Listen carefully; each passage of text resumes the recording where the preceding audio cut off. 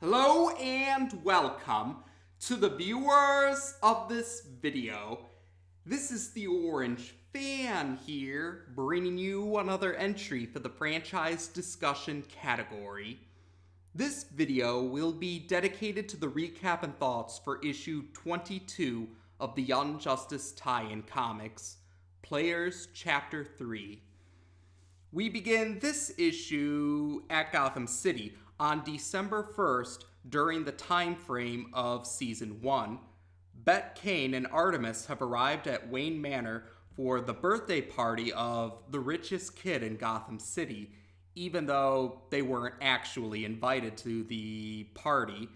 Bet admits that she's curious to see what the party for Gotham's richest kid is like, and she figured that Artemis would be curious to know as well.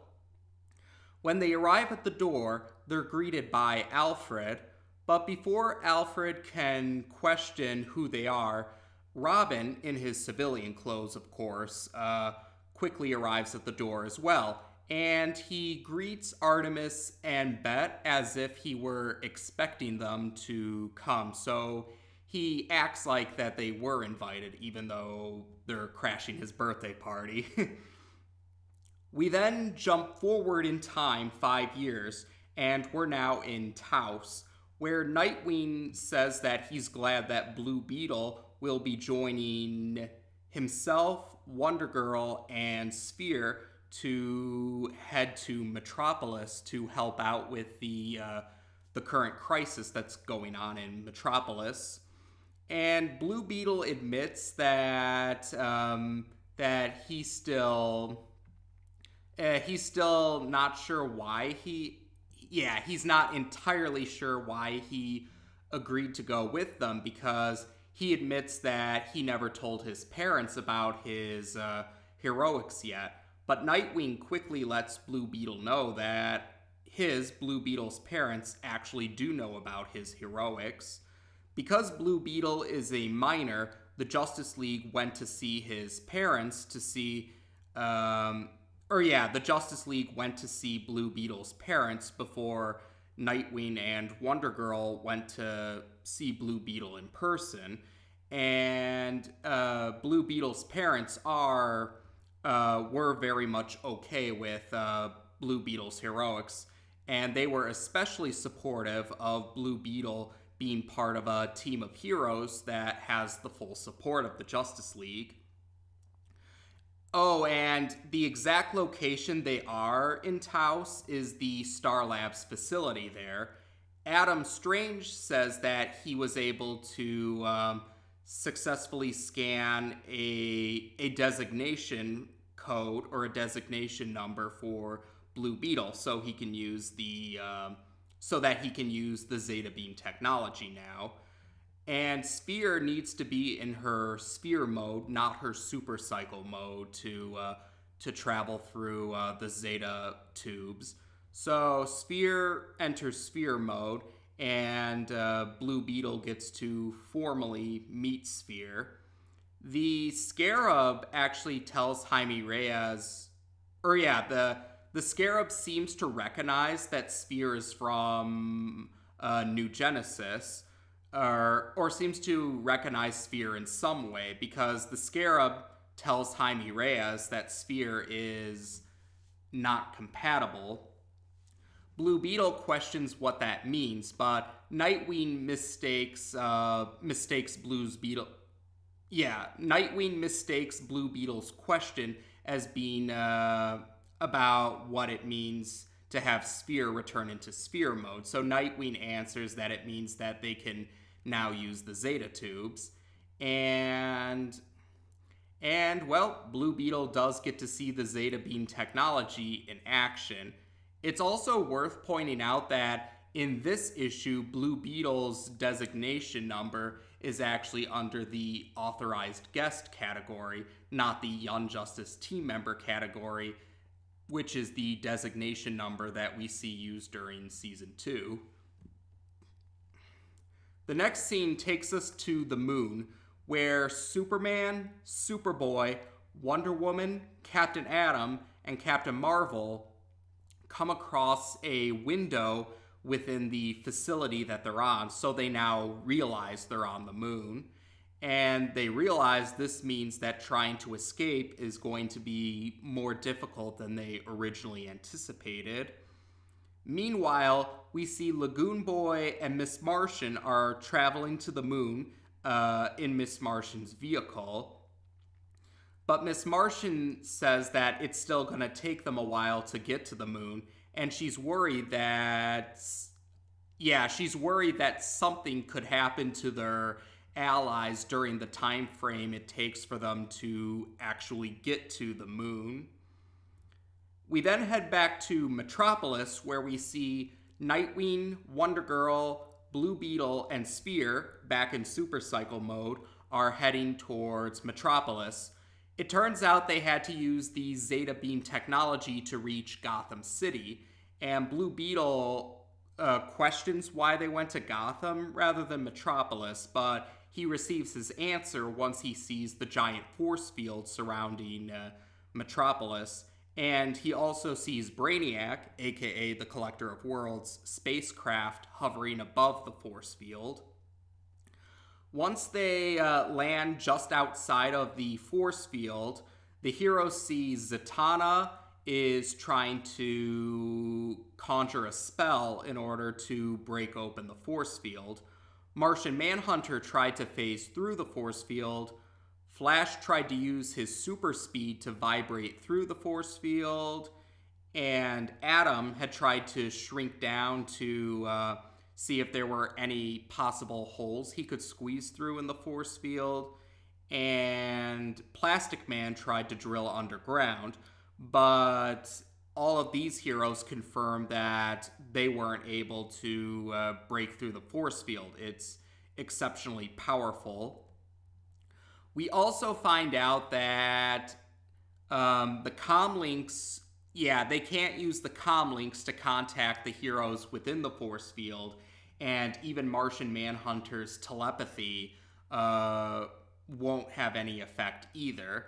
The only way they have to communicate is the force field is translucent, so they can still see the heroes on the other side of the force field. So the only way that they'll be able to communicate with the heroes, whether it's the heroes outside the force field or the heroes inside the force field, the only way they can communicate is visually, or like playing charades, essentially.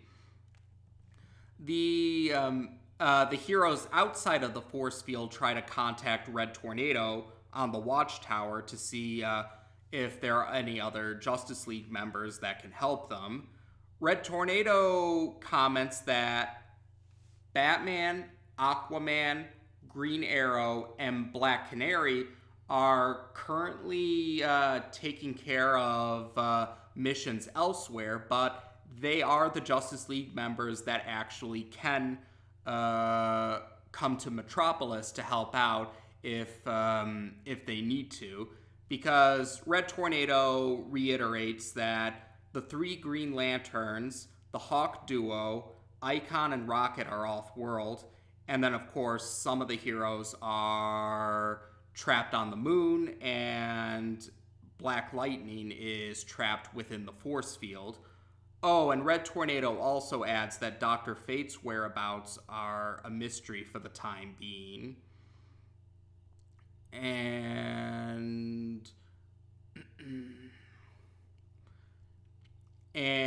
oh, that's right. The next scene takes us to we're still in Metropolis, but now we're at Bibbo's Diner, where we see Beast Boy and Bumblebee have brought Miss Harjofti and her bodyguard to the diner. Beast Boy questions why they went to the diner, and Bumblebee responds that Superman is a good friend of Bibbo's, so Bibbo can be trusted to help the heroes out.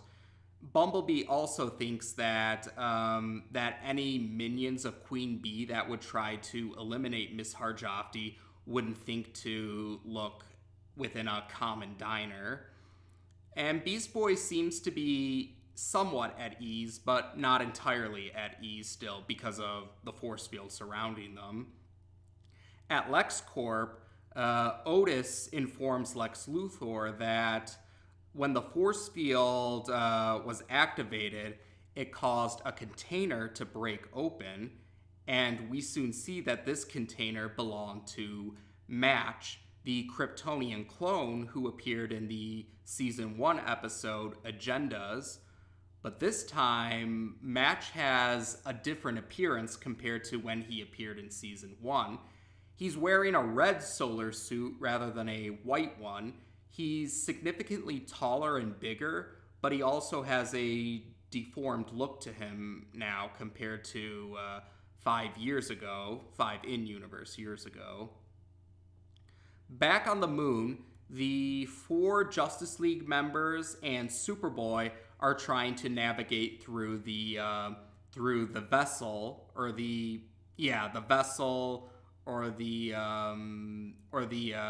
facility that they're in. But it looks like they think that they're lost now. Superman admits that his X-ray vision is of no help to them in this facility. Captain Marvel, however, brings up that Captain Atom is able to sense high energy signatures, and Captain Atom confirms he can still do that, or he's confident that his abilities will still work in this facility.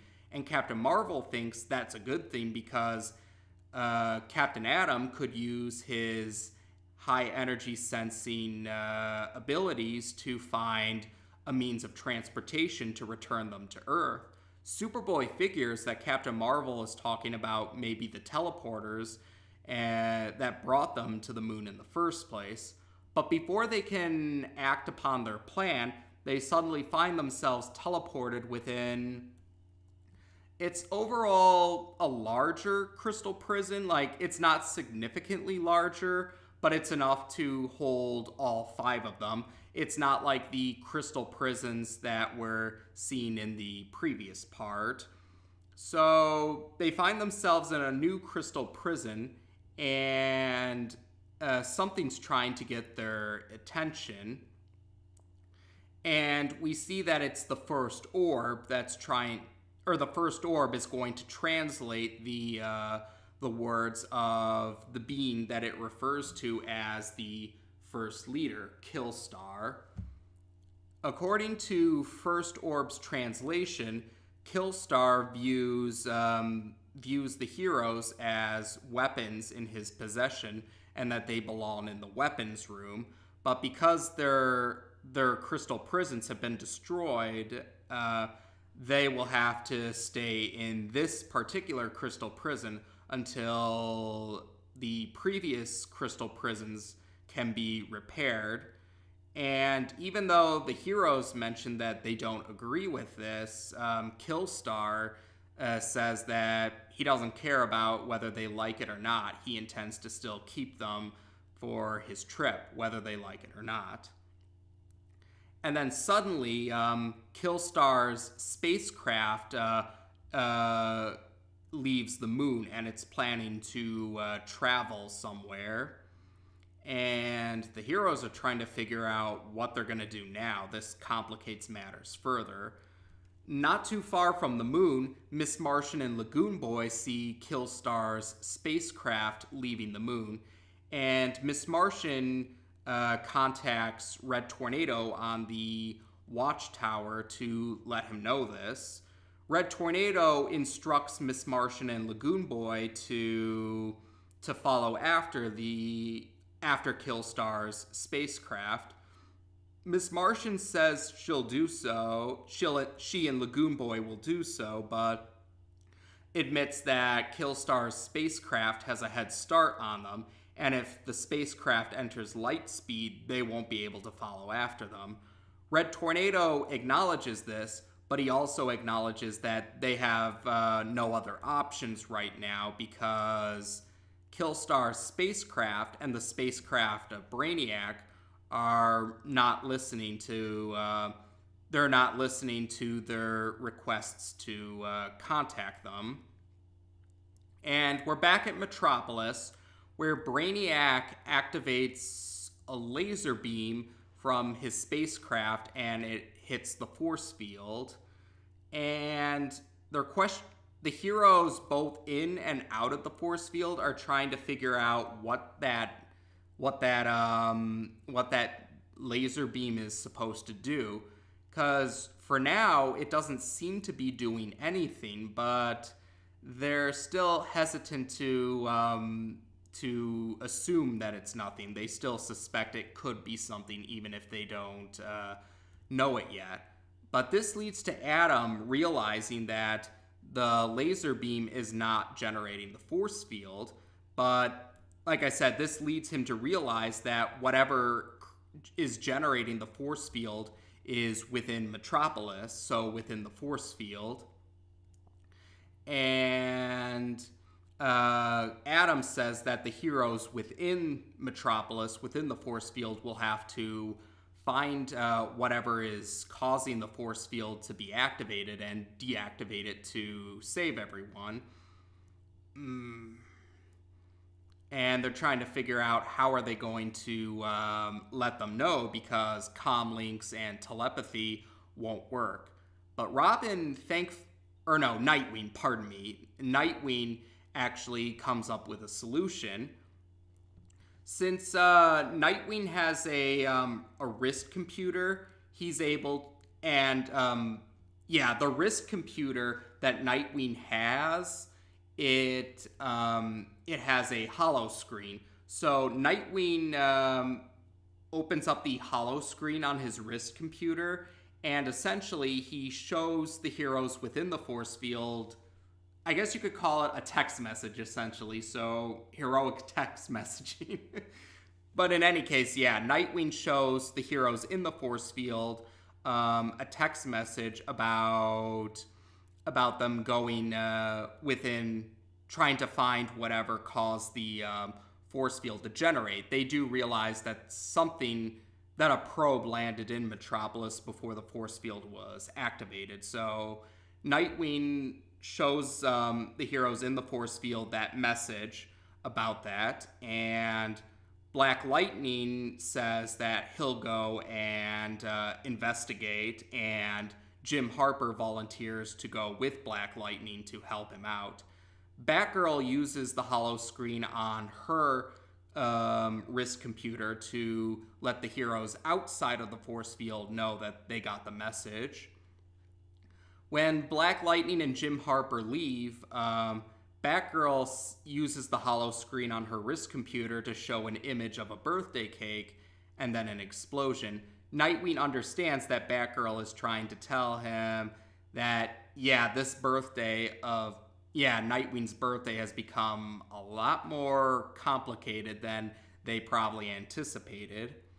We then go back in time 5 years ago, and we're back in Gotham City, where Robin brings Artemis and Bet into the room where the other guests for the party have arrived.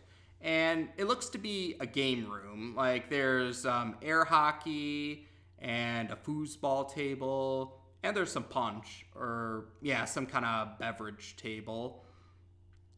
And Barbara Gordon says hi to Robin, and Robin figures that Barbara must have just arrived. We then go forward in time 5 years, so we're back in Metropolis right now, and Martian Manhunter says they need to confront Brainiac, and they're hoping that Brainiac will listen to reason. But Nightwing questions what if Brainiac is unwilling to reason with them. So Martian Manhunter flies to Brainiac's spacecraft, and he uses his telekinesis to levitate Flash. And Martian Manhunter vocalizes, sends a comlink message, and uses telepathy to reach Brainiac. Essentially, he's trying all forms of all frequencies of communication in order to get Brainiac's intention. And Martian Manhunter says that the representatives of Earth wish to talk to him about his arrival. But we also see that Nightwing, Wonder Girl, Blue Beetle, Zatanna, and Sphere in Super Cycle mode are all within a force field that Zatanna has created. This force field is meant to make everyone within this force field invisible, and so that no one can see or hear the individuals that are within this magic force field. And that's how we end this issue. So we've now discussed issue 3, or part 3. Yeah, that's it. Part 3 of this 6-part story. So that means we have 3 more to go. We've reached the halfway mark of this 6-part story. And this helped to provide some more information, naturally. Once again, like the previous part, the majority of the story takes place within Team Year 5 or 2015 if you're going by the calendar that was used for the timeline that the Young Justice crew members use to keep track of all the major events within the Earth 16 universe.